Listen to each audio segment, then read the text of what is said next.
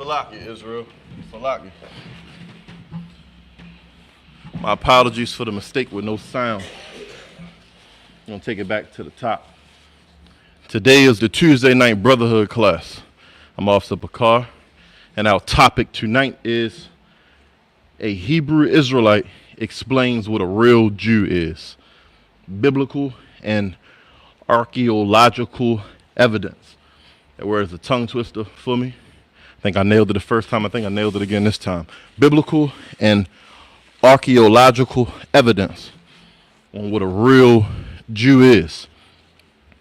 In the public school system, our history has been drastically watered down and relegated to about 400, maybe 500 years. And that's about all. They don't trace us back to beyond the 1600s. Barely. We get 1 month in the school system, the month of February, Black History Month. Then that month, we discuss about the same 10 people every month. The Rosa Parks and Martin Luther King and Marcus Garvey and Sojourner Truth and Frederick Douglass. We get those same names every month in school, the entire time you are in school, and that is about all for our history. Almost as if we did not even exist before being brought to America in the slave trade, the transatlantic slave trade. When I was a child, it led me to think that the rumors that I heard were true. What I thought in my mind, what I saw on TV, is that Africans just ran around in the bush with spears, chasing lions and, killing monkeys. And I believe that's what we were. That's who we were until the white man came over into Africa, captured us, enslaved us, brought us over here to the Americas, and sent us to various places around the world where we learned trade. We learned to pick cotton and the plant and harvest and build things. That's all that I thought, because that's how the public school system educated us. They didn't give us anything about our history prior to 1600s, maybe the 1500s. But I can give the church a tad bit more credit, because they do go a little bit further back than what the school system went. But they go back into not the truth. They go back into lies. In the church, I was also taught that we were Africans until we got here to America, and then we became African American. In the church, they teach us that we all derive, as black people, all black people derive from a very popular name in the Bible, Ham. Ham is one of the sons of Noah. I think we're all familiar. If we're not familiar with the story of Noah, I'll give you a brief summary. We're talking about maybe 5,000 BC, so about 7,000 years ago. And the Most High saw that the land had become so wicked that he said he needed to destroy it. He destroyed the entire world with water. He flooded the world, except for the people who were on the ark with Noah. Noah was obedient. He listened to the Most High. He built the ark, and him and 8 people were on the ark. And out of the 8 people, there was him, his sons, their wives, and Noah's wife. So his youngest son was Ham. And Ham is who they say that we come from, because he is the progenitor of the dark races. And that is where the Africans come from.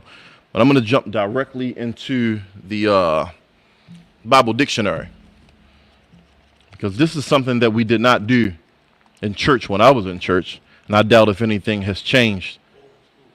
Or in school. Something we didn't do in school either. We just accepted that we were Africans. We were plucked out of the bush. We were brought over here, and we learned trade. And you even have black prominent figures like Kanye West saying that maybe slavery was a good thing for us, because we got over here and we learned Christ. We became Christian and got skills.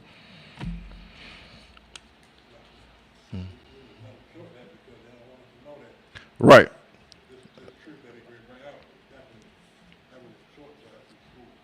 I don't know if you can hear the officer. Officer Gabar said we were never taught that on purpose. This history was never brought out to us in school because they did not want us to know that. And I 100% agree what the officer just said. So I'm looking up Ham in the Compact Bible Dictionary. I know I do this often, but if you are tuning in, by now you should have these tools. These tools are for your learning. Get yourself a Compact Bible Dictionary. For about $10, you can get one on Amazon. You can download one to your phone for probably cheaper. But this will help you with understanding, and I'm going to use it today so we can understand a little bit more about Ham and who he was the progenitor of. So in the Bible Dictionary, it says Ham. It's spelled H-A-M. That's how he spelled his name. The youngest son of Noah, born about 96 years before the flood, and one of 8 persons to live through the flood. He became the progenitor of the dark races. That means the start. He was the first of the dark races. After the flood, then the world had to be repopulated. So through these people who survived the flood on the ark, they needed to repopulate the world. So it says that Ham became the progenitor of the dark races, not the Negroes. That's the very important part. Not the Negroes. So he's in here, they're given a difference in the dark races and who the Negroes are. Let me continue reading. It says Ham became the progenitor of the dark races, not the Negroes, but the Egyptians, the Ethiopians, the Libyans, and the Canaanites. You can find that in the book of Genesis, chapter 10, verses 6 through 20. So he was the progenitor of all of the African nations, but not the Negroes. It's drawn a difference in the two. But I was always taught that us over here in America that came here in the transatlantic slave trade, that we were Africans. But clearly, since I've been in this country, we've been referred to as Negroes. Even the word nigger and blacks. And I've met plenty of Africans in my lifetime that has recently come to America by way of plane, by choice, seeking better opportunity. And I see the difference in us, just like the Bible Dictionary says there's a difference in Ham and the Negroes. Also, the Bible tells us there's a difference in the African nations and who the Negroes are. And that's what we want to dive into today. We're going to find out who these Negroes are. Because my claim, and the claim of the ISUPK, the claim of all the priests and prophets in the Bible, is that the so-called Negroes, the black man here in America, the Hispanic, the Native Americans, that we are the children of the Most High God. We are the Israelites that the Bible speaks of. Tribe of Judah, black. The real Jews are black. That is my claim. And I'm going to go into biblical and archaeological, if I said that right, archaeological evidence. Bear with me on that word. And we're going to use the Bible, and we're going to use some secular studies, some books that was written by professionals, people who have worked on this for years. And I mean, they work so extensively. You have people who were a part of the eugenics movement. The eugenics movement was a movement where they wanted to, white folks, they wanted to exterminate black people from the planet. They thought that we were less of a human being than what they were and did not deserve to be here. So they wanted to prove that we were less. So it was extensive studies done by various groups of white individuals and eugenics, and they tried to come up with plans and how they could exterminate us from the planet and why it would be just for them to do so. And you have, let me see.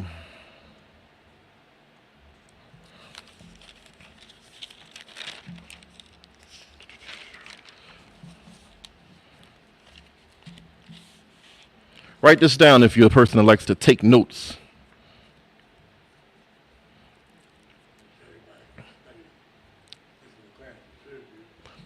Like the officer just said, I don't know if you heard him or not. If you're in the class, you should be taking notes. But I have an excerpt that I want to read to you from a book. I wish I had the entire book in front of me so I could show you, but you can Google it easy. This is by George M. Fredrickson. He was a Stanford professor. The name of his book was The Black Image and the White Mind. The Black Image and the White Mind. And I'm reading from the end of page 74 into page 75. And it reads, in the 1840s, Morton collaborated with George R. Glidden, an Egyptologist, Those are the people who study in Egypt. They dig up the mummies and the bones and the writings. He studied with an Egyptologist who provided him with mummy heads and information about the racial significance of the Egyptian tomb inscriptions, the writings on a wall that we call hieroglyphics, those little pictures. They studied that. They studied the bodies. They studied the skulls. And Crania Aegyptiaca, published in 1844, Professor Morton pointed out that both cranial and archaeological evidence showed that the Egyptians were not Negroes. Again, that proves what the Bible dictionary said, that there's a difference in the Negroes and the African races. We have had extensive research in the archaeological field to prove this, but this information is not readily given to us because they don't want us to know that. They would like for us to continue believing that we are African, and that helps them to continue playing the game of setting their own people up to be God's chosen people and keeping us in the blind. And they can control the way that we behave and give us whatever culture they want us to have. And that culture is a culture that helps them to stay ahead of the curve on top while we are on the bottom. But these studies are and were very prominent studies. The other races know about these studies. They just hide this information mainly from our people because they don't want our people to know the truth. Once we know the truth, then we'll be in here in ISUPK wearing all black, keeping these laws, statutes, and commandments. And the tables will soon turn because we'll hear back again from our King Yahweh Shah, who is returning. They know this, and they would like to make sure that we never know this. But when it goes to that Egypt thing, yeah, we were in Egypt, but we were not the Egyptians. And as we all know, in Egypt, during the story of Moses in the Bible, you had the Egyptians who were the ruling class, and you had the Israelites who were the slave class. And we were worked hard. Captivity was tough under the Egyptian rule. But Moses, through the power of the Most High, got us out of that captivity. I don't know if you heard the story. You've seen the 10 Commandments. They come on every year around Easter time. I used to watch it as a child. You had a lot of white actors playing those roles, but we know here in the ISUPK that those people were really black. And if you don't know, later on in the class, I'm going to give you more evidence to show that all of those figures were black. Those Egyptians who had us in captivity, they were black. They were Africans. And us Israelites who were in captivity, we were black, just like we are today. But during that time of Moses, he got us out of that captivity by parting the Red Sea with the power of the Most High. We crossed. The Egyptian armies changed their mind. They said they wanted to go after us and bring us back into captivity. The Most High gave Moses the power to close that Red Sea back up on them, drown them out. We got over. Eventually, we made it into the Promised Land. We got into our land of Egypt. But when we got there, something happened. We did what we do now. We became very hard-headed and stiff-necked.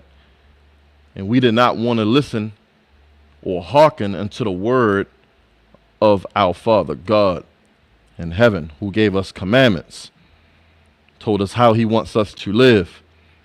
And we chose to seek after other gods and do our own thing. And because of that, we wound up in this position that we're in now. Give me the book of 2 Kings, sir. Chapter 17 and verse 6.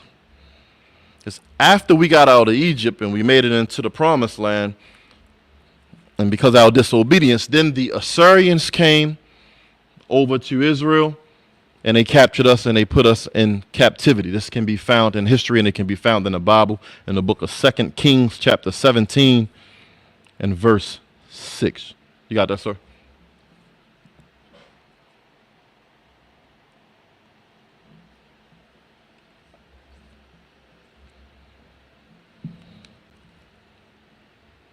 After getting out of Egypt captivity and going in 2 Kings 17 and 6. So after we got out of Egypt, with Moses bringing us out of Egypt and we finally got into the promised land, a little soon after we began to be hard-headed again and not listen to our Father. And because we didn't, a punishment happened. And that punishment was slavery. And here it is in the Bible. Connor will come. 2 Kings 17:6. In the 9th year, Hosea, the king of Assyria took Samaria and carried Israel away to Assyria. Right there. In the 9th year, the king Hoshea, the king of Assyria, took Samaria and carried Israel away into Assyria. Continue reading, sir.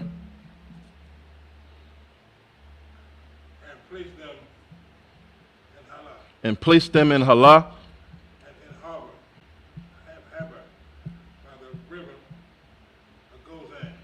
And in Harbor by the river of Gozan, and in the cities of Medes. In the 9th year, the king Hoshea, king of Assyria, took Samaria and carried Israel away into Assyria. We went back into slavery. You can read that entire book of Kings, that whole chapter 17, if you want to read more into it. But a little soon after that, we got free again because the Most High, he wasn't done with us. So we got free again, and we went back and tried to set up our homeland again and be a nation again with our newfound freedom. And go to the book of 1 Chronicles, sir. Lie. 1 Chronicles 9 and 1.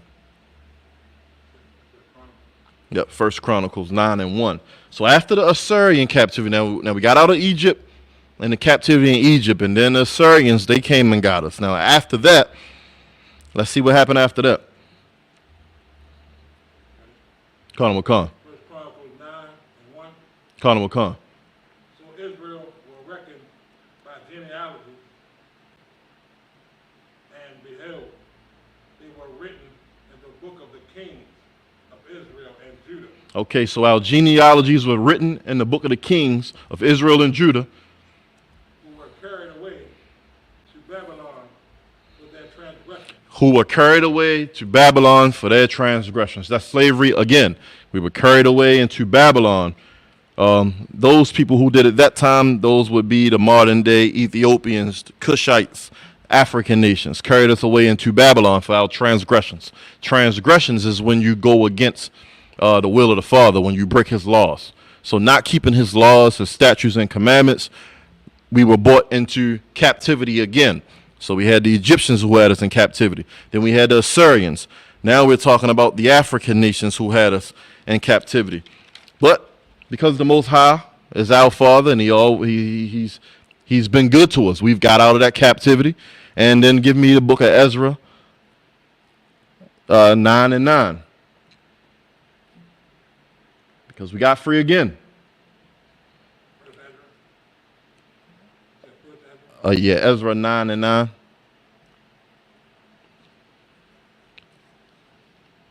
What happened next is the Persians came and got us, and we're going to show you in the Bible where the Persians came and got us. First Ezra 9 and 9. And do his will and separate yourself. Wait a minute. Salat, you sir. Ezra, Ezra. Yeah, Ezra. So that's a little recap. We were in captivity in Egypt, and then we were in captivity under the Assyrians. We got free, and then we were in captivity under the modern-day Ethiopians, the Cushites, the Africans. And now I'm going to show you in the Bible where we were in captivity under the Persians. No, Ezra, Ezra. 9 and 9.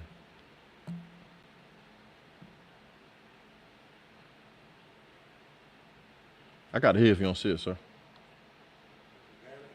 Come on. This is the book of Ezra, chapter 9 and verse 9. You got it?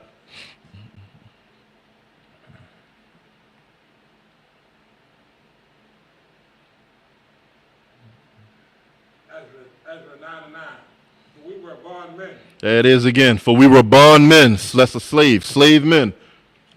Yet our God had not forsaken us in our bondage, Yet the Most High did not forsake us in our bondage, but has extended mercy unto us in the sight of the kings of Persia, so he gave us mercy in the sight of the kings of Persia when they had us in captivity, just like he did when we were in captivity in Egypt and under the Ethiopians and so on. You can continue, sir. to give us a revival, To give us a reviving, to set us up the house of our God, so we could set up the house of our God again repair the desolation thereof, and repair the desolation thereof, and to give us a wall in Judah and in Jerusalem, and to give us a wall in Judah and Jerusalem, a wall to protect us. And the Most High did not forget us in our bondage, just like he didn't forget us in our bondage here today. But this is, you can see this is a repeated theme in the Bible. It's been slavery after slavery after slavery for our people. And we ain't done with it, because after that we went and we got free again, and we went back into Israel and we rebuilt the temple. And then the Greeks got us. That's in the book of 1 Maccabees 8 and 18, sir. 1 Maccabees 8 and 18.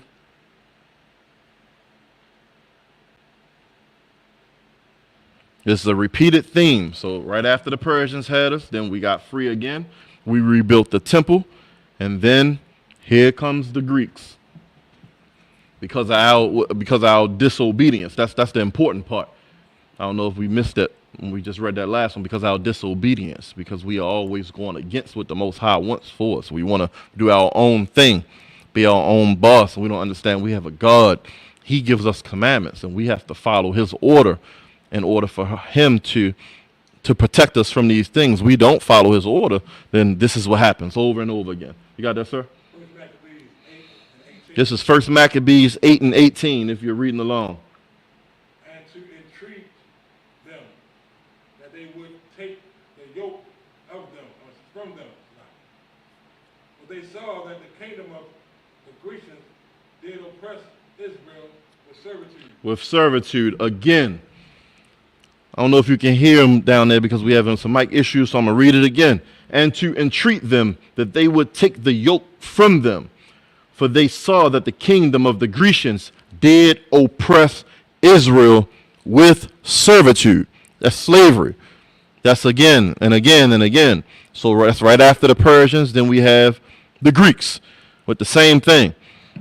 And I mean, this thing happened so much to our people throughout this last about 7,000 years. You would think that by now we would come to the realization that we need to actually serve our Father. We need to do what God tells us to do, follow his laws, statutes, and commandments. But because these other nations have taken such crafty counsel, we don't even realize how many times we've been in this position. We think, like I said at the beginning of the class, we think that we only got about a 400, 500 year history, and that's all that our people know of. Mm-hmm. They only lived once. That we never was here before. We don't come back. Khan wa Khan. And the officer said we think that we only live once, like we were never here before, like we never coming back again, and that's far from the truth. Because of our stiff-necked behavior, our hard-headedness, our wanting to do our own thing and follow after other people, we keep going through the same thing over and over and over and over again. But these other nations, they know it. But what they did is they sat down and they devised a plan. They wanted to make sure that we never knew this. Because if you don't know where you're coming from, then you ain't going to know where you're really going. That's the truth. And because we don't know that this happened to us over and over and over again, here we are in America, and the vast majority of us are making the same mistake that we've made for ages, being disobedient, following behind the oppressor, following behind the people who put us in captivity. How crazy is that? The person who tried to kill you, the person that enslaved your grandmother, and you can't say the R word, but to R your grandmother and to actually are your grandfather. That was buck breaking. That was something that they did to the men as well. They tied the men down right in the sight of their wives and children, and they would are the men as well. And these are the people that, as soon as they let up a little bit, take their foot off our neck just a little bit, we want to follow behind them. We want to adopt all their customs and do everything that they do.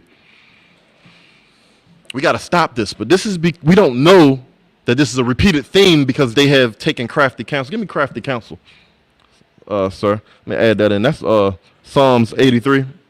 83. Psalms 83, I think 2 or verse 3. Sidebar, I want to add that in because we're talking about it, and it's so on point for what we're talking about. These other nations, they've hidden this information from us, and it's right in front of us. It's right in the Bible. But our people would rather go to church and listen to a pastor give us 3 or 4 scriptures to make us feel good about ourselves and give us a little bit of entertainment, a nice choir with some singing, some dancing up and down the aisles, and then we just go home. We don't want to learn anything. And that's why we make the same mistakes over and over again. These other nations know it, and they make sure that they put us in position to make these same mistakes over and over again. You got that, sir? Psalm 83 and 2. This is the book of Psalms, chapter 83 and verse 2. For lo, thy enemies make a tumult. For lo, thy enemies make a tumult. Our enemies get into an uproar. And they that hate thee. And they that hate thee, that's all the other nations outside of the nation of Israel, they that hate us, have lifted up the head. they lifted up the head. Lifting up the head is like them showing face now. Like I'm standing on business. I'm letting y'all know that I hate you. I got confidence now to be direct, right in your face. Continue, sir. They have taken crafty counsel. That's what we were just talking about. That's why I wanted to bring this scripture out. They have taken crafty counsel. They've put their minds together. They've thought. They've plotted out. They're not playing checkers like us, just going day by day. They plot out plans for the next 30, 40, 50 years before we're even thinking about what the next move is for today. They're 50 years ahead of us. This is how they move. If you live here in Baltimore, you can see them moving like this right now in the housing market. 20, 30 years ago, they started taking trash days away from us. We used to have 2 trash days a week. Then they took it down to 1 trash day. 1 trash day made the trash build up, so that increased the rat population across the city. Then all of the houses that people moved out of, they put boards on those houses. They didn't try to fix these houses and sell them to more people. They boarded them up so that rats could have a place that they could shack up and they could multiply. And when the rats come and the houses are boarded up, the property value goes down. Now you see our city, it looks like almost a third world country. You have whole blocks that look desolated like bombs went off. Boards everywhere, trash everywhere, property value down to a minimum. And these big companies, these outside races are coming in and they're buying up the entire city and they're jacking the prices up on the work that they're doing. They're renovating and taking the price of Granny's house that used to be $75,000, taking it up to $500,000 and $600,000. They're pricing us out because they wanted the city. But this is just an example of how they take crafty counsel. They plan way ahead of time. They don't move day by day. They're not playing checkers with us. They've been playing chess from the beginning. Is there more on that, sir? They have taken crafty counsel against thy people and consulted against the hidden ones. And they have consulted against the hidden ones. We are the hidden ones. We are the ones who don't know who we are.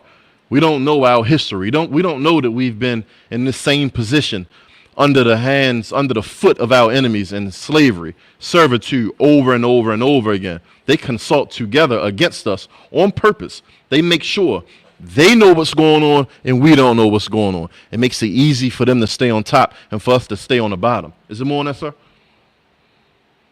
They have said, come, and let us cut them off. and they're going to cut us off from what? From being a nation. From being a nation.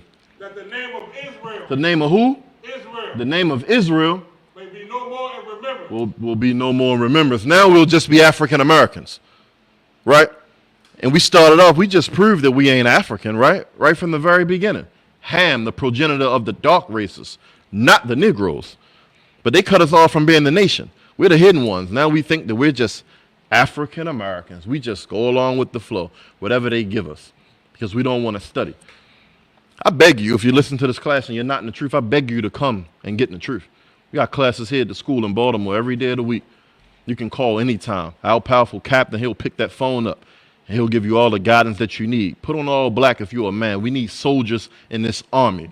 You need to be in this army. You need to experience this brotherhood so that you can win these battles against sin and against these demons who are out here unaliving us at record numbers. It's scary out here. I ain't just making it up. Y'all watch the news. You see what's going on in these schools with these school shooters. It used to be a thing that was only happening in the Caucasian schools with the Edomites. It just happened here. Now we got our children that's starting to become school shooters. It would behoove you to come into this truth. But the slavery thing, it has been a reoccurring theme throughout our history, over and over and over again. It happened so much throughout our history that the prophets said what you're probably thinking right now. If you never heard this information, and today is the first time that you've learned that we've been in this position over and over and over under different nations, you're probably mind blown, because the first time I heard it, I was like, wow, I can't believe that the same thing keeps happening to us. But if you're saying this to yourself, you ain't the first person that said it. If you can, give me the book of Jeremiah.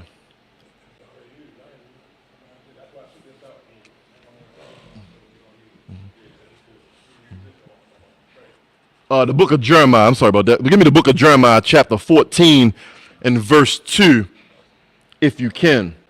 If you're hearing this for the first time and you're wondering, how are we going into slavery over and over and over and over again? Why are we going to slavery over and over and over again?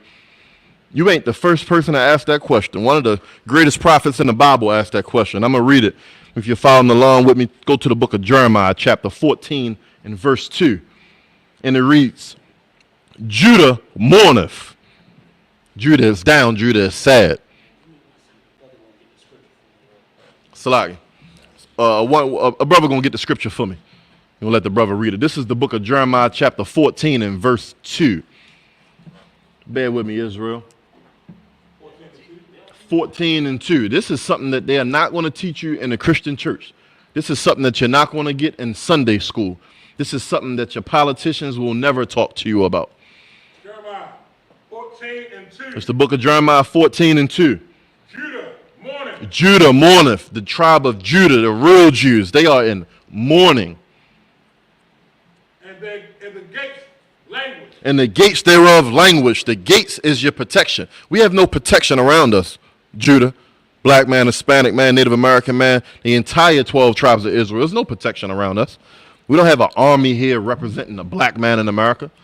This army represents America and America's wants and desires, not ours. The Native Americans don't have an army protecting them. They're out there on the reservation. They got to wait for the white man, their oppressor, to do something for them. And they ain't doing nothing for them the same way they ain't doing nothing for us. Our brothers and sisters down at the southern border, still being locked up in cages with aluminum foil blankets over them. We're all under the foot of the white man. Keep reading, sir. They are black unto the ground. They are what? Black unto the ground. They are black unto the ground. How about that? Judah, the tribe of Judah, are black. A lot of y'all say color not in the Bible, but it says they are black unto the ground. What else, sir? And they cry, and the cry of Jerusalem is gone up. And the cry of Jerusalem has gone up. But the prophet Jeremiah said, he said,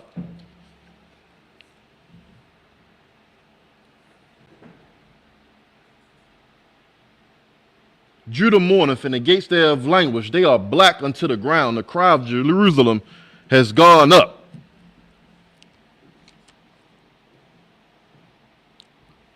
Bear with me for a second. I wanted something else on that.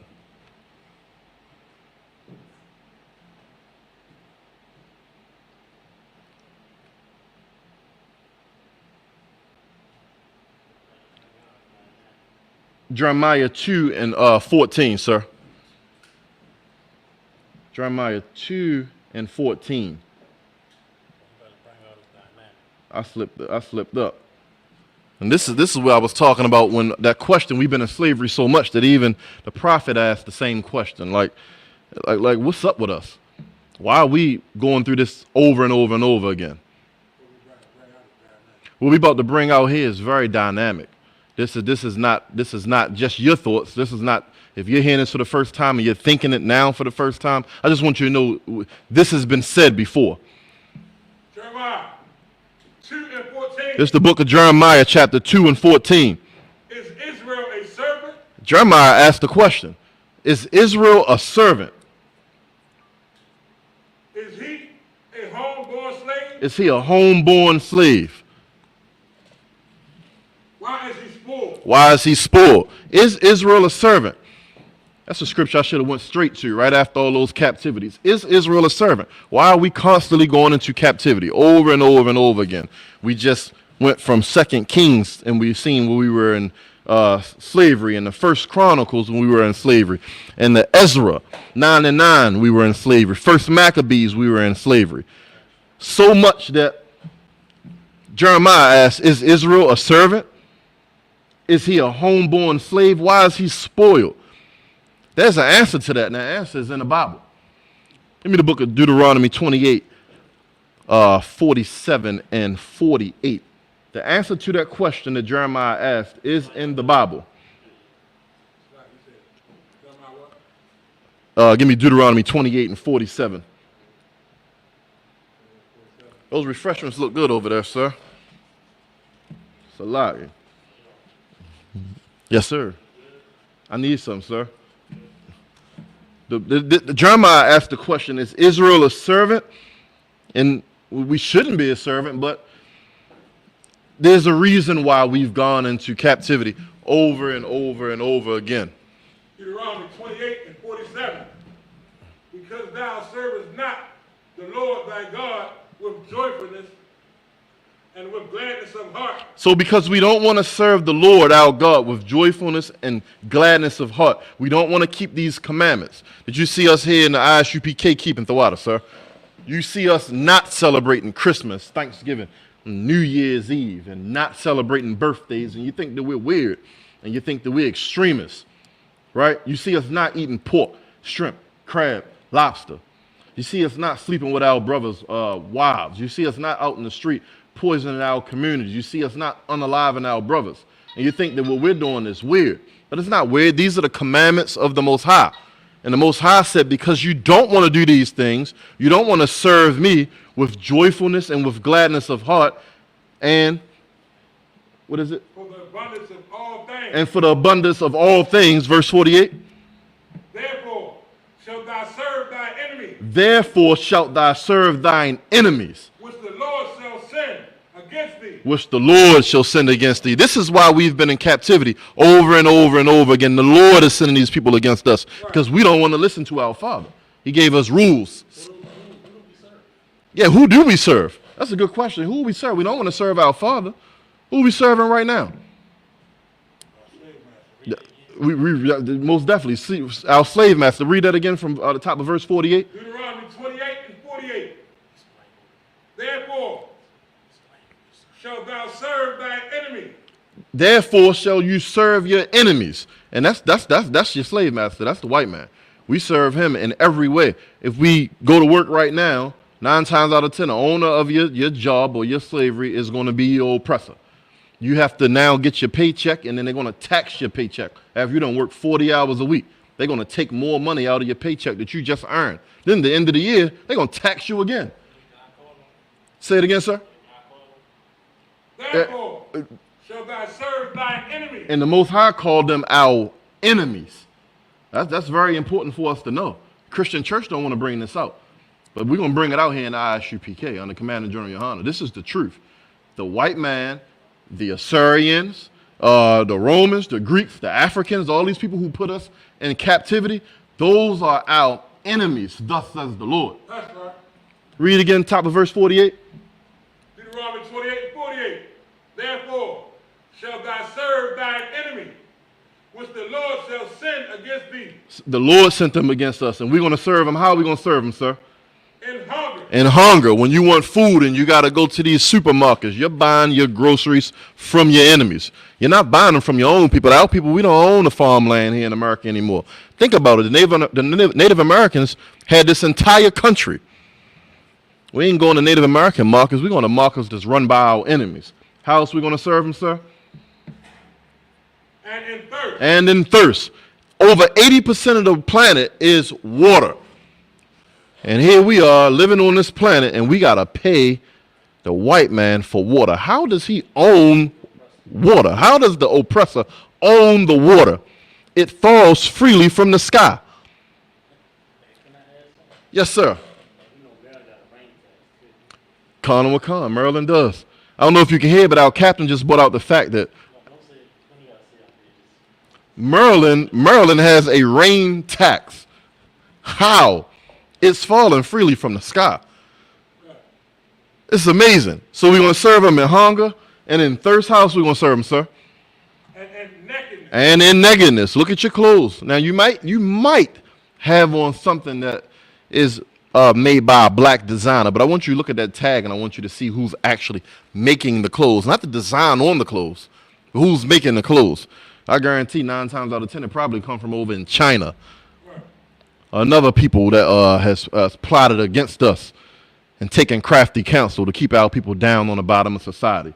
You want your clothes, you want your water, you want your food, you got to go to your oppressor. Continue, sir.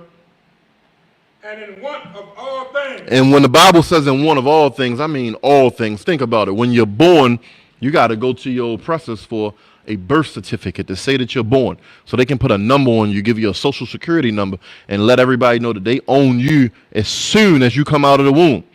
When you die, we can say the word die, right? When you die, you got to go back to your oppressors. You got to get a death certificate. They got to let the world know that we approve you not to be on this earth anymore. And one of all things, that's amazing. And these are the people that we want to serve. We want to serve people who look at us and treat us this way. And we want to go against the Most High, who has all this power and who can continue to send these nations against us and keep us on the bottom of society. Is there more on that, sir? And he shall put a yoke of iron upon thy neck. And he shall put a yoke of iron upon thy neck. You all know about that yoke of iron, I'm sure. I'm sure you've seen the slave movies. You've seen Roots. And you've seen some of the new school movies like the Django. You've seen that yoke of iron on our necks. It says the enemies put that yoke of iron upon our necks. Who is the person who put the yoke of iron upon our necks?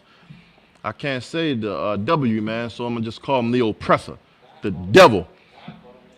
Yeah, the Most High called him the enemy, so let's just stick with that. The enemy put the yoke of iron upon our neck. Read. Until he have destroyed thee. Until he have destroyed us. And we are in a state now of utter destruction. It's to the point now where he doesn't need to put the yoke of iron around our neck anymore. We go out and we do the job ourselves. We destroy ourselves at this point. They used to lynch us in record number.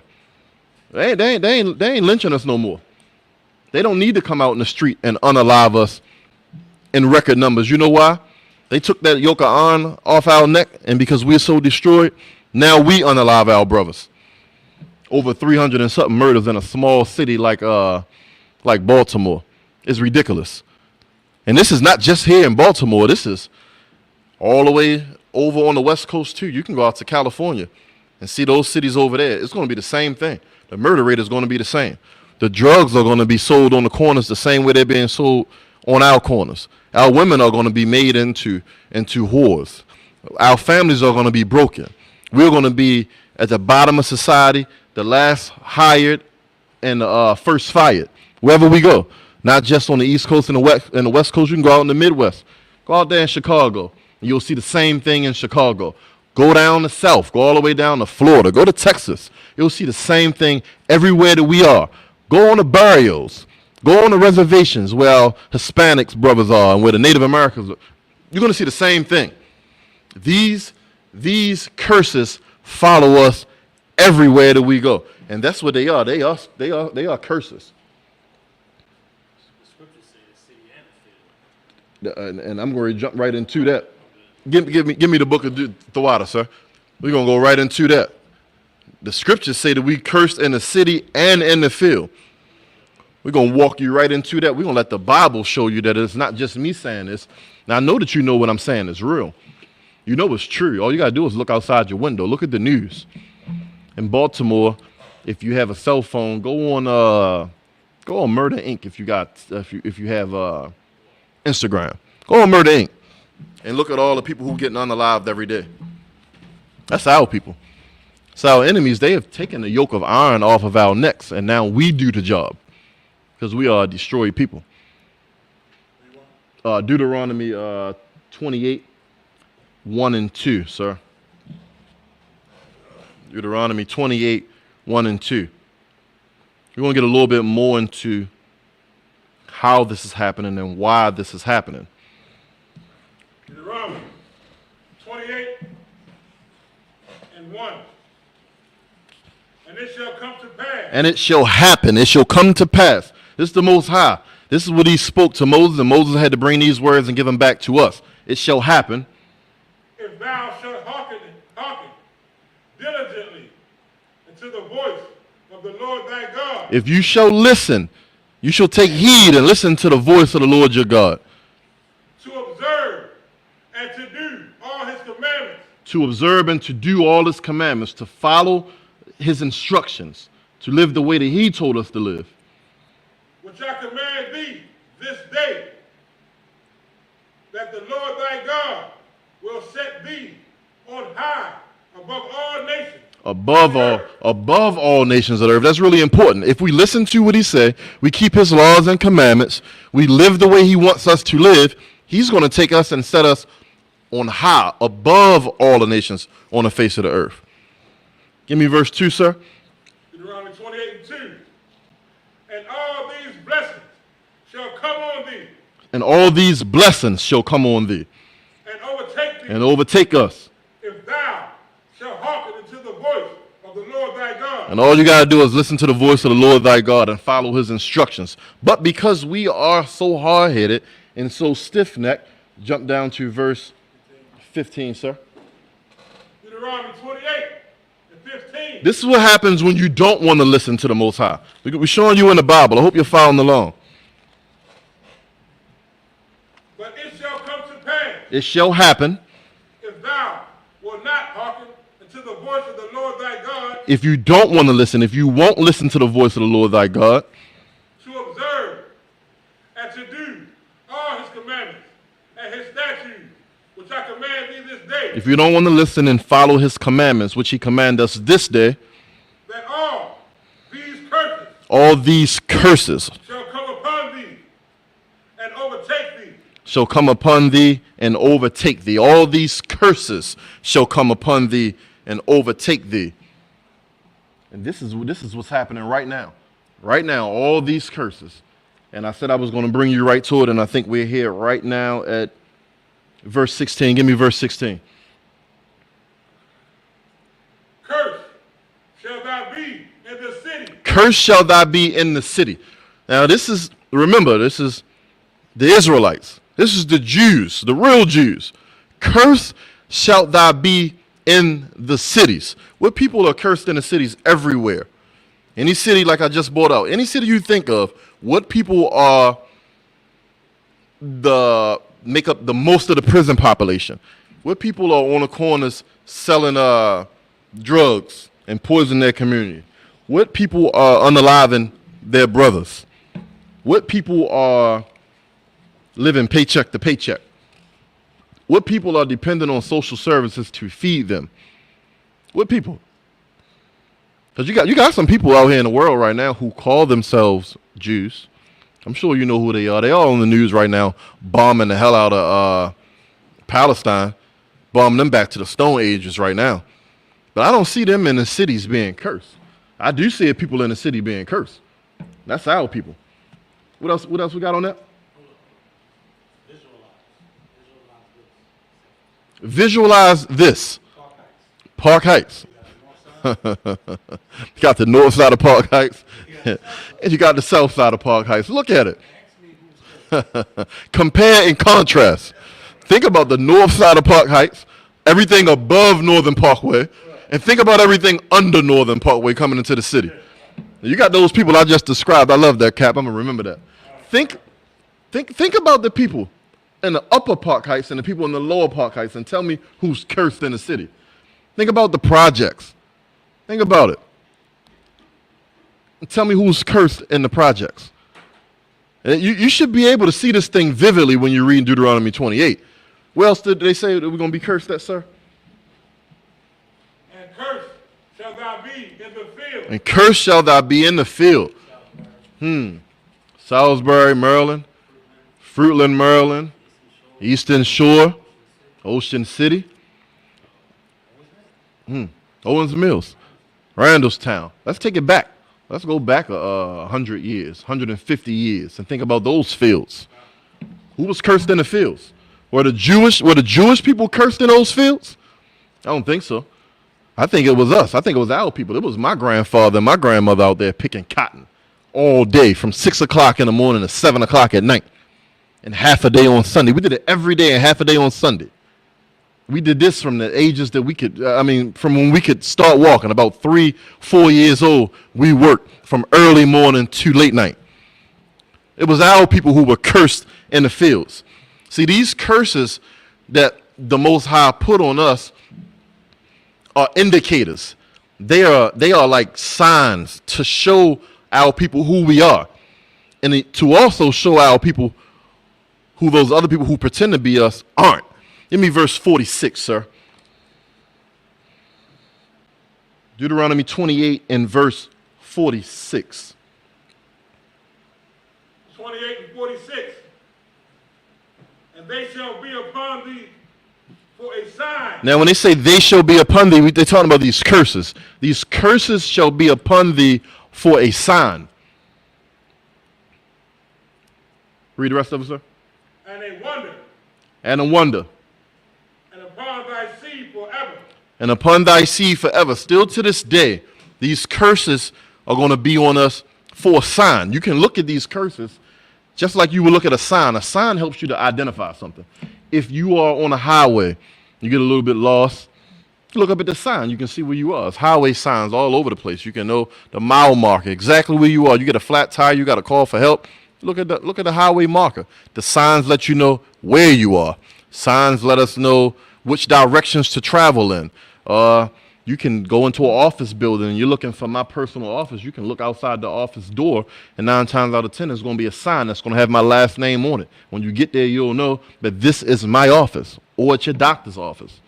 You might know which floor he's on. He's on the 7th floor. I don't remember the office number. You just look at the signs on the doors.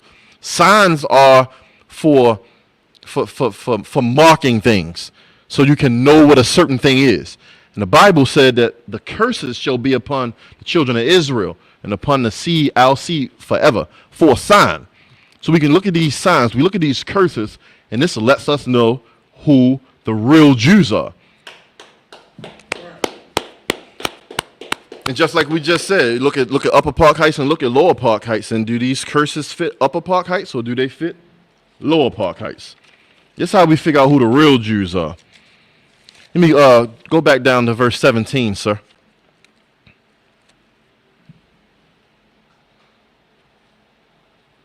Deuteronomy 28 and 17, if you're following along. 28 and 17. Con. Cursed shall thou be, thy basket and thy store. Cursed shall be thy basket and thy store. Thy basket and thy store. It's going to be cursed. Let's think about that for a minute. The stores. Let me start with the store part first. About 60 years ago, you go into the black communities here around the city, and not just here in Baltimore, but everywhere, all the cities I just named. You go into our so-called black communities, and you look at the stores. We own the businesses in our communities. But because we are cursed in our store, who owns them now? What happened after integration? We lost them all. That's a curse. That's a curse on our stores.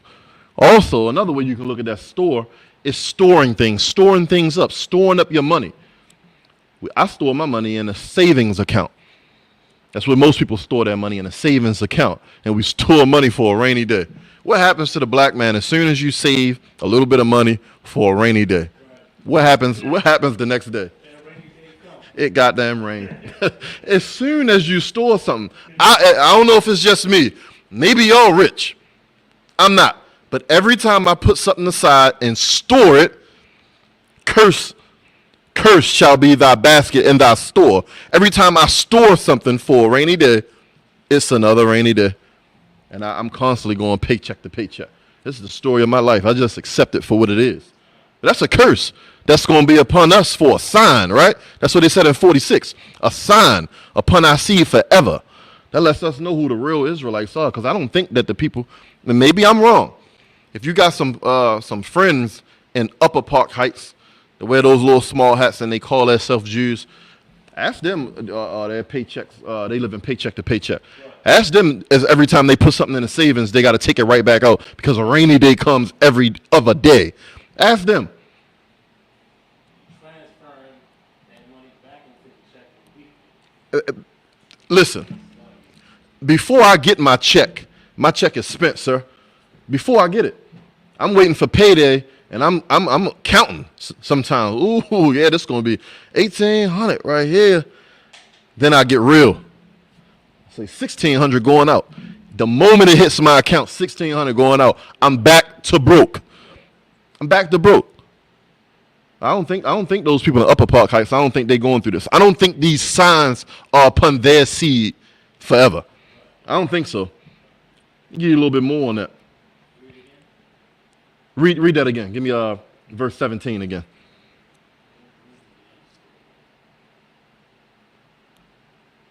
Verse 17. Cursed shall thou be, cursed shall be thy basket and thy store. Cursed shall be thy basket and thy store.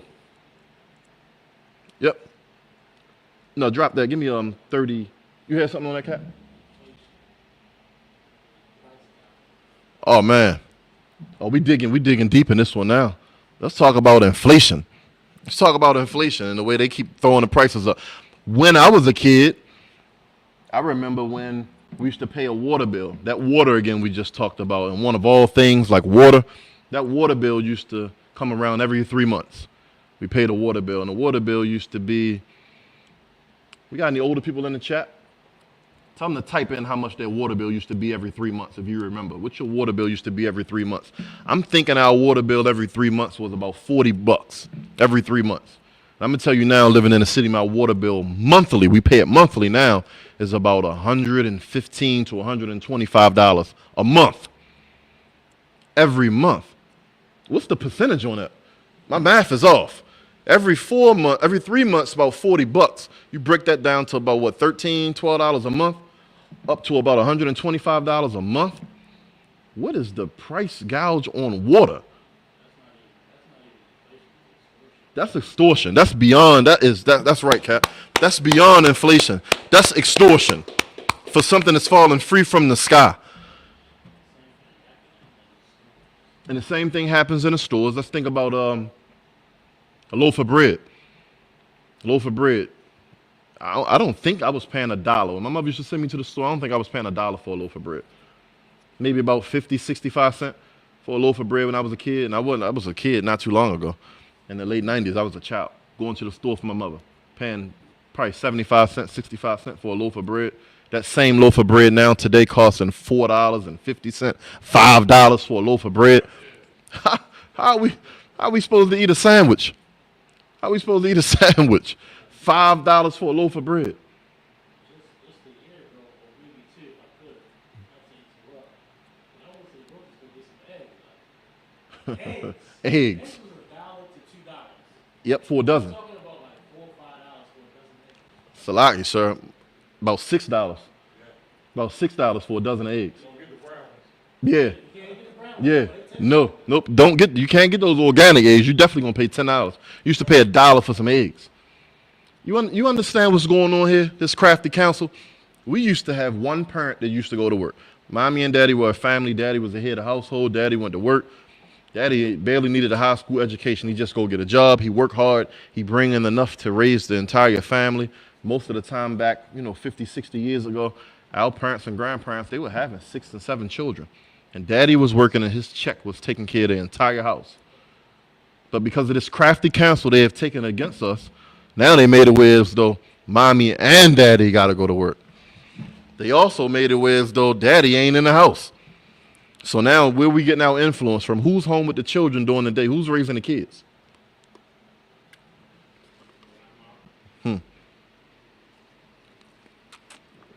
Grandma, if you got one. Social media, the streets, hip hop, rap music. Rap music. And who owns the hip hop and rap music that's poisoning our children's mind? The same people who throwing the prices up on stuff. The same people who got mommy and daddy out of the house. The same people charging us $10 for eggs that used to cost $1. The one person called the enemy. The one guy called the enemy, Mr. Dwight. Salaki, the one person that God called the enemy. Mr. Dwight. I can't call him what I want to call him, so I'm going to call him Mr. Dwight. That's the enemy, the oppressor. And you see these signs on our people over and over and over again throughout the scriptures. Let me get the real big one. This is one of my favorite ones. Go down to verse 68, sir. Because if you disagree with me on, I don't know how you can disagree on any, but you ain't going to disagree on this. Because I think we all by now know, even in the watered down history that we get in school that we talked about earlier, that watered down history tells us that we came over here the same way that the Bible tells us that we came over here in Deuteronomy 28 and 68. Read it when you're ready, sir. Deuteronomy 28 and 68. And the Lord shall bring thee into Egypt again by the way of ships. So the Lord thy God shall bring us into Egypt again. Right. And the Lord shall bring thee into Egypt again with ships. With ships. Bring us into Egypt again. I want to make sure that you're not confused on this Egypt thing.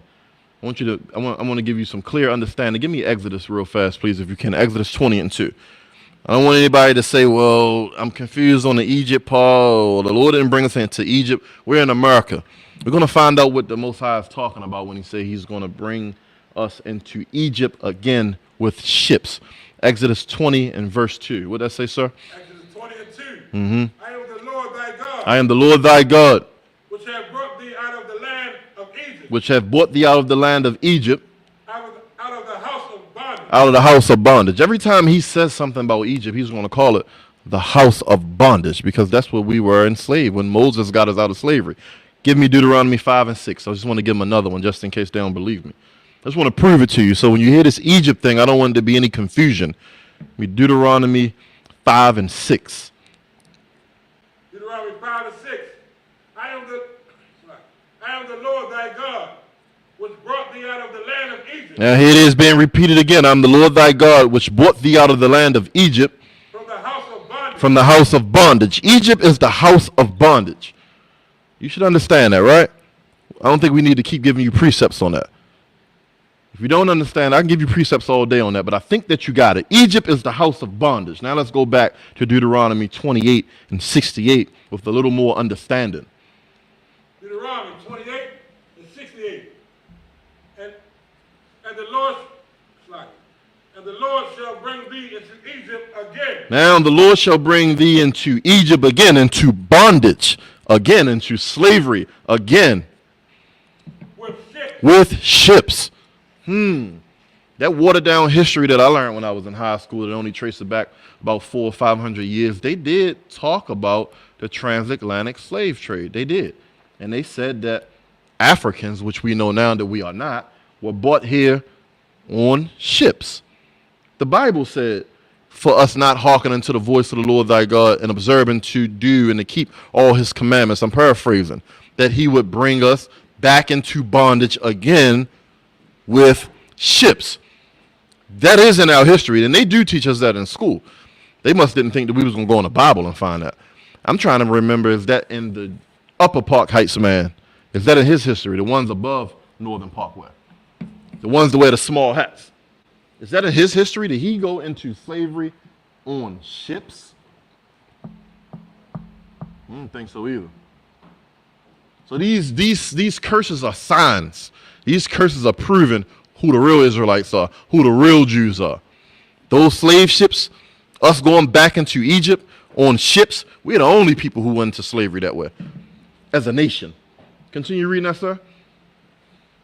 By the way whereof I spake unto thee, The same way he said it was going to happen, that's the way it's going to happen. thou shalt see it no more. Thou shalt see it no more again. He's talking about our homeland, talking about Israel. And there ye shall be sold unto your enemies. And there, when we get here, when the ships get us here, we're going to be sold to our enemies. Who we sold to here? Who was buying us on those auction blocks? Right here in Baltimore City, downtown at the harbor. When we came in on that harbor and they marched us up to the famous Lexington Market. I don't know if you knew that, but Lexington Market, they would have auctions down there. Who was buying us? Who was purchasing us down the Lexington Market when we came in on those ships at the harbor? The Bible says our enemies. So don't you think about that for a second. Your enemies were buying you. Give me the rest of that, sir. And there ye shall be sold unto your enemies for bondmen For slave men and bondwomen, and slave women. and no man shall buy you. And no man shall buy you. That word buy right there is an old Quaker word that means redeem. No man shall redeem you. No man shall save you out of this situation. No man is going to get you out of slavery. Only the Most High can do that. No man can get us out of the position the Most High puts us in. He sent these nations against us, and he says to punish them and put them into slavery, put them in bondage because they disobey us. They disobey me. They're going to serve you now. That's what's going to happen. And it's happened over and over and over again. I, for one, am tired of the cycle. That's why I came into the school, to the ISUPK and the Commander General Yohana, and learned to keep these laws, statutes, and commandments because I want it to end. I don't want to see this continue to happen over and over and over again. It's bad enough that it's happened as many times as it's happened. That my children have to live in this society where we're worried about sending them to school. We're worried about them walking to the corner store. We're worried about the things that they can access from their cell phones and tablets in the house. I get them these things to help them further their education. My small children, they play games. They play Roblox and stuff. Y'all heard of Roblox, right? You got to watch Roblox. Roblox, that's how you say it, Roblox. You got to watch those games. I saw something online where children were playing those games and people hacked those games and had pornographic material showing up in these games. Who could be so vile? 3- and 4-year-old children on their phones playing these games trying to have fun. And you're trying to introduce them to this type of madness.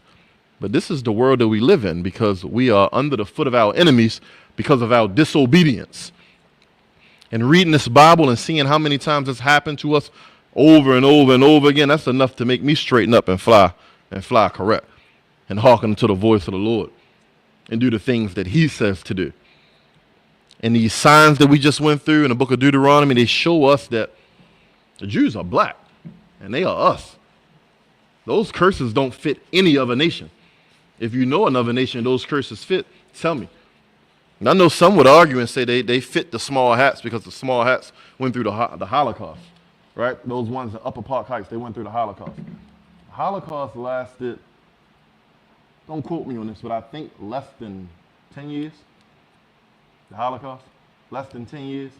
And I don't think that slave ships were involved in the Holocaust at all. And I don't see these curses being upon them and their seed as a sign that continues forever. Because right now they look pretty blessed. They look like they might be the richest group of people in America right now. Or worldwide. It looked like all the most powerful nations right now are bowing down to them. Even though they are unleashing pure hell on children over in Palestine. And I ain't defending Palestine. I ain't got nothing to do with Palestine. But they bombing hospitals and schools with children over in Palestine. And your next black president, so-called black president, Kamala Harris. I just taught that class. I know y'all was mad a month and a half ago when I taught that class on Kamala Harris because she ain't black.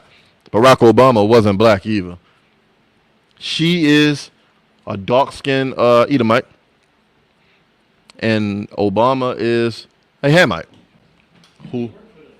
And they work for the same people. They work for the same people.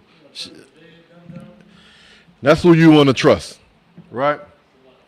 But all these world leaders, they bow down to these so-called Jew-ish people, heavy on the ish. But the Bible doesn't match up. And I know that they reject everything in the New Testament, but we was just reading that in the Old Testament. They actually keep the book of Deuteronomy. They believe the book of Deuteronomy to be true.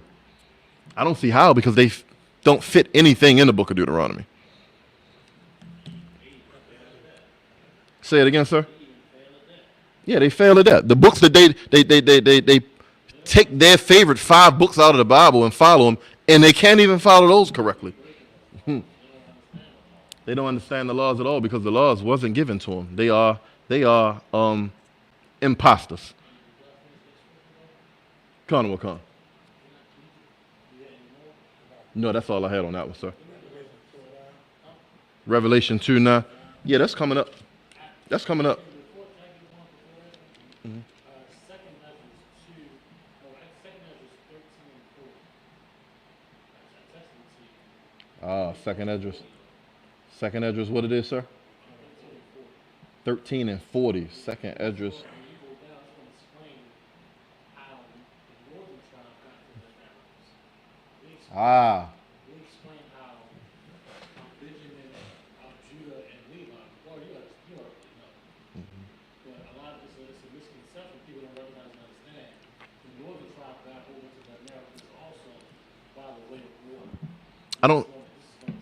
I don't know if you can hear the captain talking, but we're going to go into the scriptures to show how the northern tribe got over here. Now, we know Judah, Benjamin, and Levi, how we got over here on cargo slave ships, but our brothers that were already here, that we call Native Americans and Hispanics that were already here, the Bible also explains how they got here, because they didn't come over on a cargo slave ships, but they did cross the water on ships. They got over here, and this was their land first, before Christopher Columbus.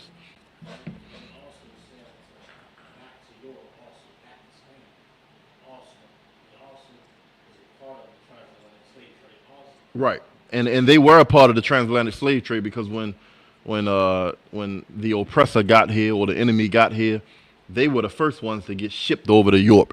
The first slave trade started with them getting sent overseas before they start importing us from the west coast of Africa, where we had fled to, and bringing us here. They had already started shipping them out.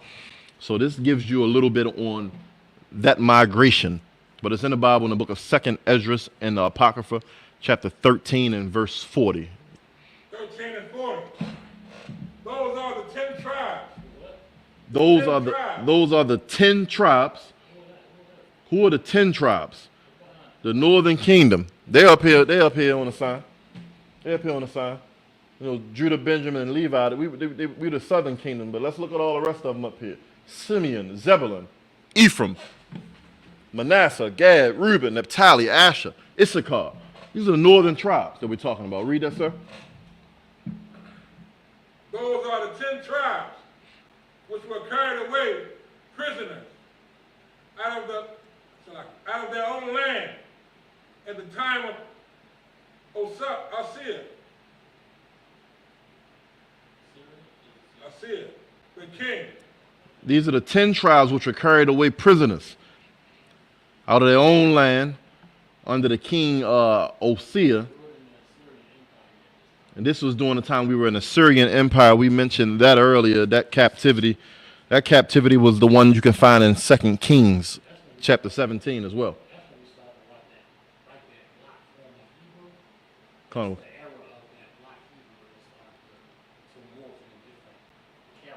Colonel Khan. That's why that block form of Hebrew is called Assyrian Hebrew. It's called Assyrian Hebrew because we started to write like that during that captivity. Colonel Khan. That's heavy, sir. No, you can say that to them too. Yeah, and I don't want to give y'all too much meat, but if you do understand why a little bit about our, we giving a lot of milk. This is a little bit heavier right here, but during the time when our writing began to change, this is why, because we were under the Assyrians. for those who learn to write in the Hebrew language and read the Hebrew language. That block form of Hebrew that started in an Assyrian Empire when we were there. We were in captivity, which we read earlier in 2 Kings 17 and 6. What else is it, that, sir? That's it. Continue what you got, sir. Which were carried away prisoners out of their own land in the time of Osea, the king.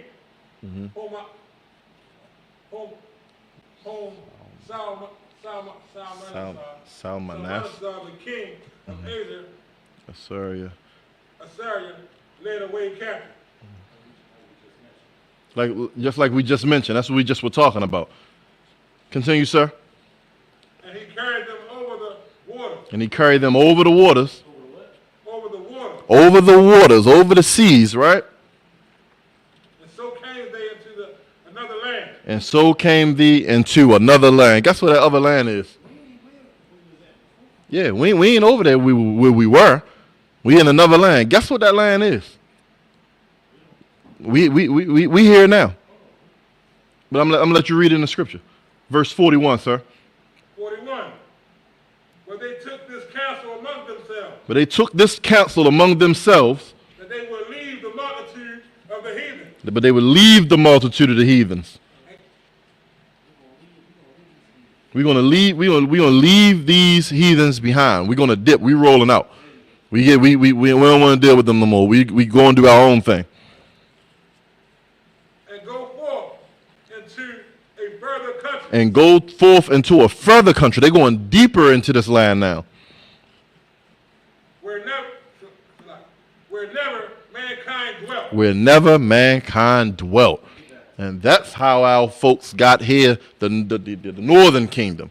That's how they got here. They got here and they rolled out. They ain't dealing with these heathens anymore, and they set up the lands. This would be the Native Americans. Ask yourself this question. What land did no man dwell in during this time? Did no people set foot in? Ask Columbus. He came searching for that land, right? He knew.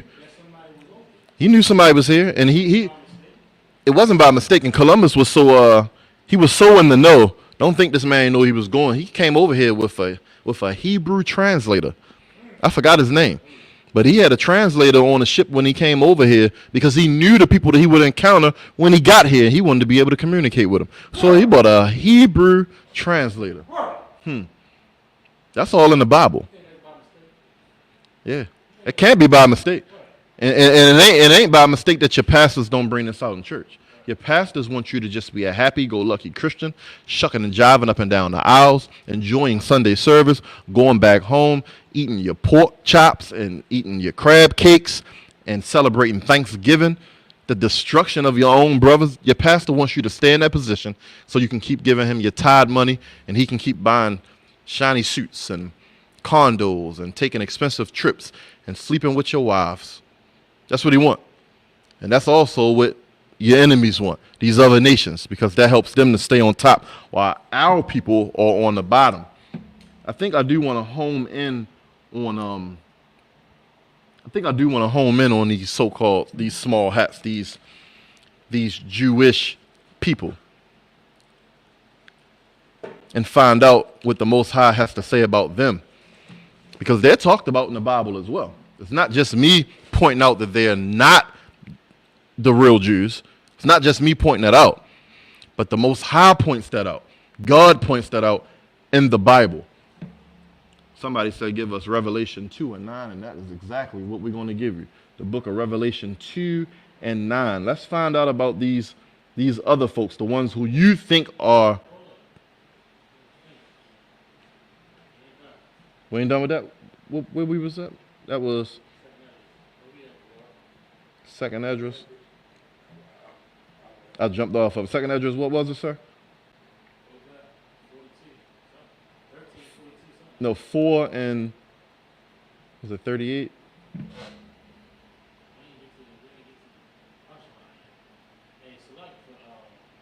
Salaki people. I lost it. Second Esdras 4 and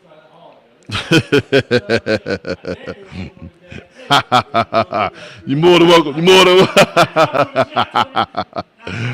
You're more than welcome to come up here, Cap, at any time.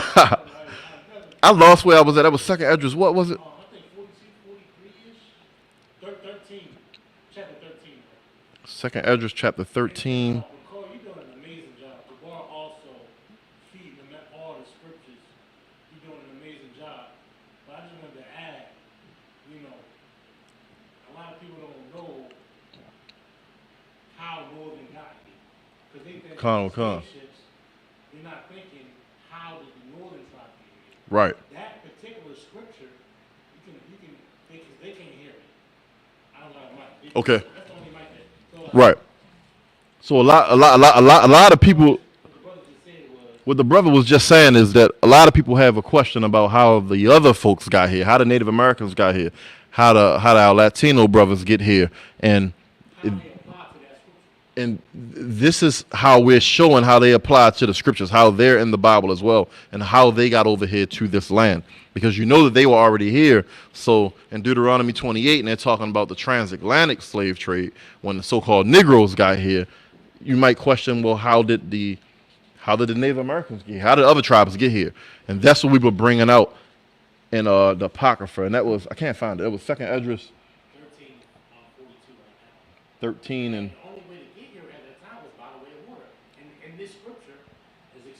13 and 42. And during that time, you know, it wasn't any planes or anything. So the only way you could get over here was by way of water. You had to get on ships. And the scripture is explaining it. That's what we were bringing out, how they got over here on ships as well. But that was before us. Second Esdras. Before the northern tribe got over here. Second Esdras 13 and 43. And they entered into the Euphrates by the narrow places of the river. So they entered into the Euphrates by the narrow places of the rivers. Continue, sir. For the Most High then showed signs for them. And the Most High did show signs. He showed signs for them. They navigated. They navigated the waters. They ain't have an electronic GPS, but the Most High gave them ways to navigate these waters. Continue. And held still the flood. And held still the flood. The waves of the water. He made sure that they didn't. He made sure they didn't sink. He kept the water calm. He kept the water good enough so they could travel without being swallowed up in the ocean. Continue. They were passed over. Pretty much until they got to their destination. 45. For through that country there was a great way to go, namely. So through that country it was a long way for them to go. It was a long distance that they had to travel. This is not no short journey. Keep reading this, sir. Of the year and a half. Namely, of a year and a half. So you're talking about a long time on the ship. A long journey. This ain't no trip right down the coastline from one part of Africa to another part of Africa. You're going across the seas here in this trip. A bop. That's what we call it nowadays. This a bop right here. Of a year and a half. And the same region is called Assyria. And the same region is called Osiris. And that region would be what we call now the Americas. Put that in your notes. I'm putting it in my notes. Put it in your notes. This is how you get better understanding. You study these things, lock it into your repertoire, use it later when you're in discussions with your family, with your friends, and this is how you prove how the other tribes got over here, not just us blacks, Hispanics, us Judah, Benjamin, and Levi and the transatlantic slave trade, but the rest of the Israelites. We all came over here by way of water. And now to the question of the small hats. We talked about Upper Park Heights. We talked about them not being who we are. not being the real Jews. But let's let the Most High talk about it instead of me talking about it. Let's go into the Bible. Which one I asked for first? I think I said 2 and 9, right, sir? Was that in Austin? Was that in we just finished off second address. Go back to second address. I know you got thousands of scriptures out. I don't mean to prolong it, you know what I mean? So I got to roll to you. Second address. Where we was at again? I keep losing it. 13 and 46. 13 and 46. We get a little bit more on that. Then dwelt they there until the later time. Then they dwelt there until the later time. And now, when they shall begin to come, And now when they shall begin to come. Verse 47. the highest shall stay the springs of the streams again. The highest shall stay the springs of the stream again, That they may go through. that they may go through. So he calmed the waters again so they can go through. Therefore sowest thou the multitude with peace. Therefore sawest thou the multitude with peace.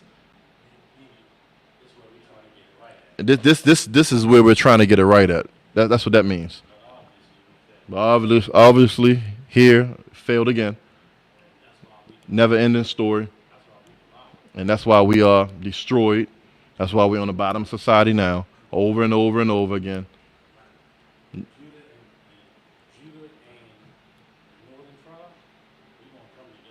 But Judah and the northern tribe, we're going to come together. And you can see examples of that here in the ISUPK already. We're showing you how to do it, especially in Baltimore. Our school is right here in the middle of the northern tribe. We're surrounded by them. And they're beginning to come in, and we got the doors wide open. But you're going to understand that all this stuff that you're doing out here, especially these young guys, you got this gang culture, and you got the black gangs going up against the so-called Mexican gangs. That's going to come to an end really soon because we're the same people. The Bible proves that. That's it on that, Cap? Okay. Now let's knock it out real fast with these small hats. I've been waiting to get to these small hats. I've been waiting to get to them because I left them alone for so long, and we proved that we are the real Jews. So I know people are asking, who are those other guys? Who are the ones that wear the same clothes? They all got the black suit jacket on, the linked over dress shoes, those little small hats, the little curls hanging from the side of their small hats, and what they call them things? They ain't fringes that they wear. What's those little strings they have hanging from their clothes? These people who over there bombing Palestine back to the Stone Age. I know our folks want to know who they are. Well, I ain't going to tell you. I'm going to let the Most High tell you in the book of Revelation, chapter 2 and verse 9.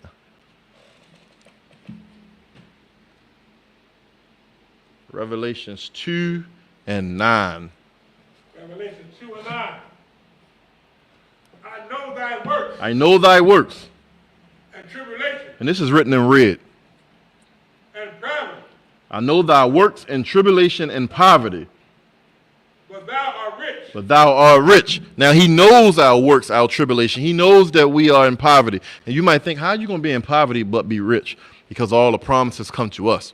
We ain't going to stay this way. We're going to inherit the kingdom. We're going to keep it forever. So though we are in poverty now, thou art rich. And we are the ones that the Most High chose out of all nations as well. But thou art rich. Mm-hmm. And I know the blasphemy. Uh-oh. And I know the blasphemy, the lie. I know the blasphemy of what? Of them which say they are Jews. Which them that say they are Jews. I know the lies of them that say they are Jews. And are not. Uh-oh. And are not. This is written in red. But are the synagogues of Satan. What the Most High call them? The synagogues of Satan. The devil. The synagogue of Satan. This is written in red. This is in the Bible. If you don't believe me, look it up yourself. This is Revelation 2 and 9. This is in the Bible. This is what the Most High calls the small hats. The ones who say they are Jews, But are not. but are not. He calls them the synagogue of Satan. Give me Revelations 3 and 9 while we at it. You thought that was a fluke scripture? We taking it out of context? Revelations 3 and 9. Give it to you again, Revelations 3 and 9. Behold, I will make them of the synagogues of Satan, Behold, I will make them of the synagogue of Satan. which say they are Jews, This the ones who say they are Jews, wearing the small hats and the little strings hanging from their pants, just bombing the hell out of Palestinians right now, which say they are Jews and are not, and are not. but do lie. But do lie. That's that blasphemy again. They lie and say they are Jews, but they are not. Behold, Behold, I will make them to come and worship before thy feet. he gonna make them come and worship before thy feet.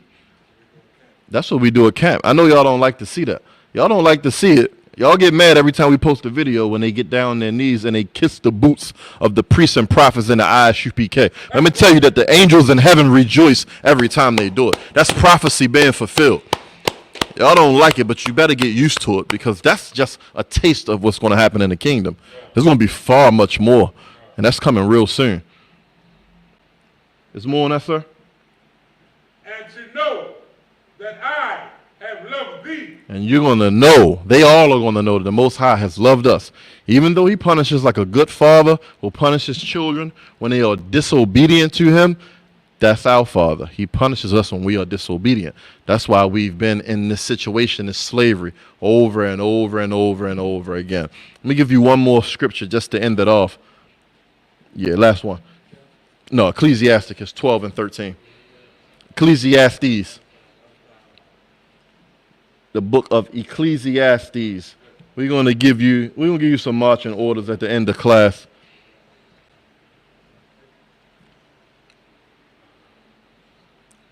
Because now that you know, now that we've proven to you, we've gave you archaeological, I think I said that word right, archaeological facts and biblical facts to prove who the real Jews are, to prove who the real Israelites are. And you see that when you disobey the laws, statutes, and commandments of our Father, you see how he punishes us. He's done it over and over again. He's still doing it today. So we're going to give you some marching orders. We're going to let you know. You should have figured it out by now. But if you haven't, we're going to make it very clear to you. In the book of Ecclesiastes, chapter 12 and verse 13.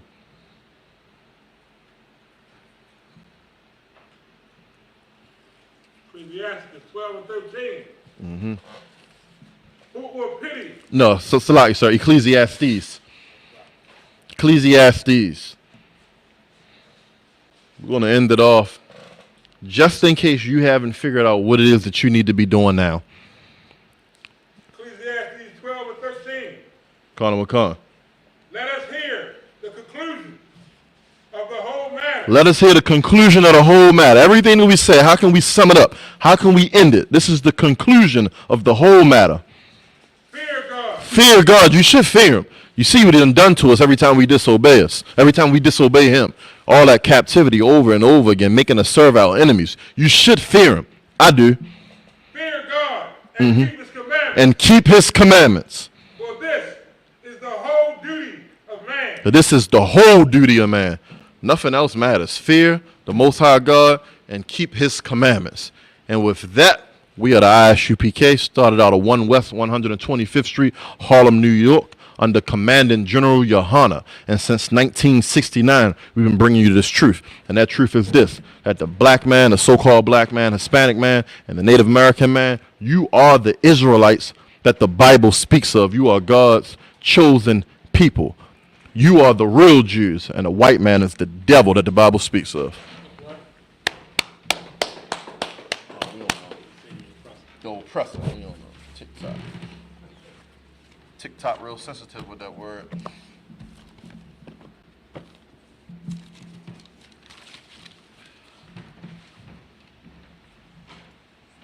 Powerful class, powerful class. Clap it up one more time. For the powerful officer, man, bringing out this truth.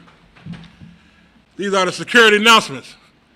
We are the ISUPK out of 1 West, 125th Street, Harlem, New York, under Commander General Yohana. New rules for brothers and sisters. When a brother or sister comes into the school, they are off limits for 6 months. They are to be saluted only. They are here to shed themselves of the world. After 6 months, if a brother or sister has an interest in a particular person, he or she must get permission from the head to speak to that brother or sister. There is another 6 months in which the brother and sister will court each other. It's like,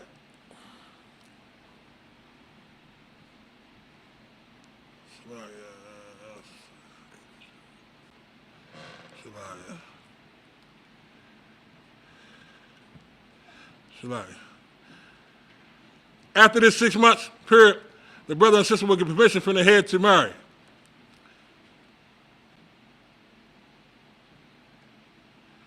Tithes, which is a commandment. You can find this in Numbers 18 and 21 and Malachi 3 and 8 through 10. Means tenth in the Hebrew and is pronounced Ma'ashera. 10% of any penny of any increase the Lord gives you, give to the Treasury Department or teacher. Priest funds, free will offering for the priest. Not mandatory, whatsoever amount you would like to give. Upcoming holy convocations. Memorial blowing of the trumpet. First day of the seventh month. Wednesday the 2nd, October what? 2024. Leviticus 23, verse 24, 25. And you can find it in Leviticus 23 and what? Verse 24 and 25. 24 and 25. Remind Akim and Akwad. It's like it. Remind Akim and Akwathian to check the social media for ISUPK. It's like it. Check the media such as ISUPK.com, Facebook, Twitter, YouTube, and so on for ISUPK events and materials. If a brother wants to become a trooper in the school, then he has to start wearing all black, which includes black boots, pants, like black boots, shirt, pants, headband, or a scarf. And with that, we're going to work one curse to the teacher. Men of Israel Almighty. Almighty Shabbat. Almighty Barak. Yahweh Hashem, Yahweh Shah, Rakatah. Yahweh Hashem, Yahweh Shah, Barak Atah. That's the time.